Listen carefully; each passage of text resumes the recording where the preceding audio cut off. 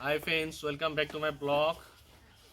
আজি যাব ওলাইছো এটা বিশেষ ঠাইলৈ সাতনগুৰি যিখন সাতনগুৰি গাঁৱক কেছলেছ ভিলেজ হিচাপে ভাৰতৰ প্ৰথম ভিলেজ হিচাপে ঘোষণা কৰা হৈছিল। তাত যাব ওলাইছো এটা বিশেষ কামত। তো বলকচোন ভিডিঅ'টো আৰম্ভ কৰোঁ।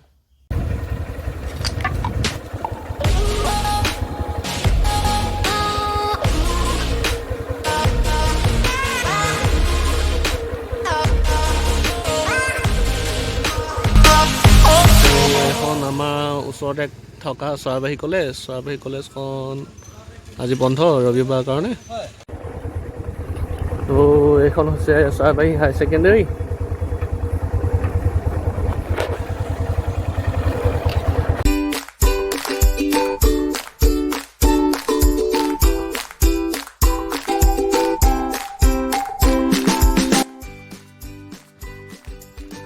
আহি পালোহি নদুৱা। ৰাইট চাইডে যাব লাগিব চৰকাৰৰ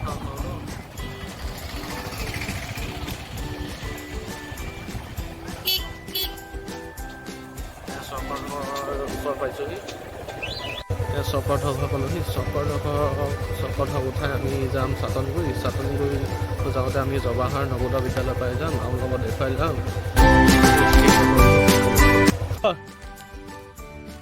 আলহী বাঙিয়া মেলা হোৱা ঠাই। লগতে এই ৰাস্তাটোৱেদি গ'লে আমি জৱাহৰ নৱোদয় বিদ্যালয় পাম। মৰিগাঁও 100 মিটাৰমান গ'লে পোৱা যাব। কোনোবাই যদি আহে তেনেকৈ আহিব পাৰিব। দন্দুৱা হৈ আহিলে আপোনালোকে জৱাহৰ নৱোদয় বিদ্যালয় আপোনালোকে পাব পাৰিব।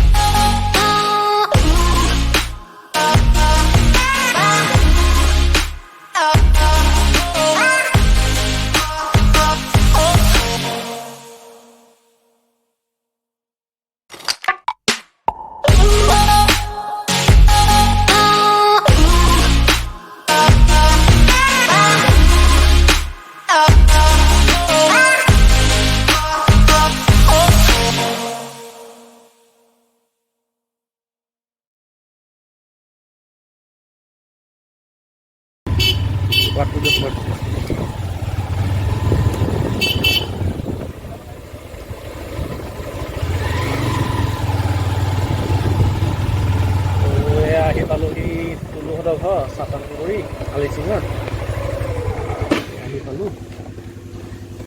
এয়া তুলুহঁতৰ ঘৰত চলিহা দা। আৰু এইফালে কি নাম তোমাৰ? হা ৰেখামণি। এয়া চলিহা দা বহি আছে। এবাৰ বাস্তৱ এজন ভাল ডেন্সাৰ। এইফালে তুলুৰ কবি হয়, নাট্যকাৰ হয়। আজি কিয় আহিছোঁ বাস্তৱ? আহিছোঁ নাটকখন আমি ৰাসৰ পিছত কৰিম। নাটকখনৰ নাম কি? নাটকখনৰ নামটো তুলুহে জানিব। তেওঁ মই জানো চলিহা জানো? চলিহা কি এজাক কুকুৰ। অ'কে। আৰু নাট্যকাৰ কোন আছিলে? নাট্যকাৰ জ্যোতিপ্ৰসাদ ভূঞা। জ্যোতিপ্ৰসাদ ভূঞাৰ নাটক বিশেষ ভালেই লাগে। আগতে এখন লিখিছিলে নেকি ঘাটক নে? ঘাটক এখন লিখিছিলে নেকি? ঘাটক। এয়া বেলেগ এখন নাটক প্ৰস্তুতি কৰি থকা গৈছে। বাটৰ নাট হয়, পঞ্চায়তৰ আণ্ডাৰত। ইফালে ক'লা পোচাক পৰিহিতজন হৈছে বাস্তৱ আৰু ইফালে তুলু, লগত আছে চলিহা দা।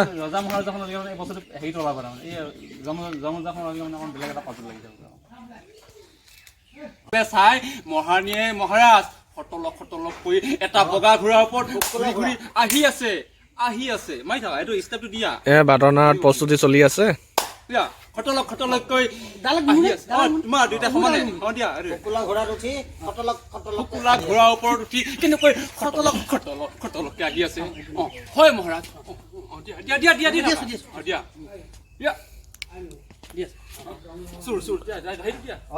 নাম কি? নাটকখনৰ নাম হৈছে এজন ৰজাৰ কাহিনী। চলি আছে আখৰা, পূৰ্ণগতিত চলি আছে আখৰা।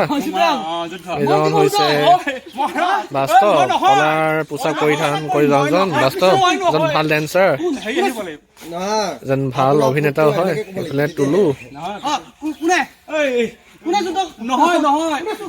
মহাৰাজ মই নহয় মই কাৰোবাৰ কথাত পৰিহে এনেকা কৰিবলৈ বাধ্য হ'লো।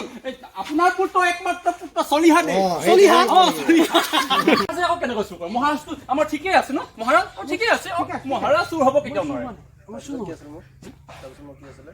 নহয় এই কাহিনীটো কি আছিলে আমাক কিয় জানিব লাগিব আৱাসগৃহবোৰৰ ওপৰত অহা গৈছে চৰকাৰী অধীনত অহা পঞ্চায়তৰ অধীনত অহা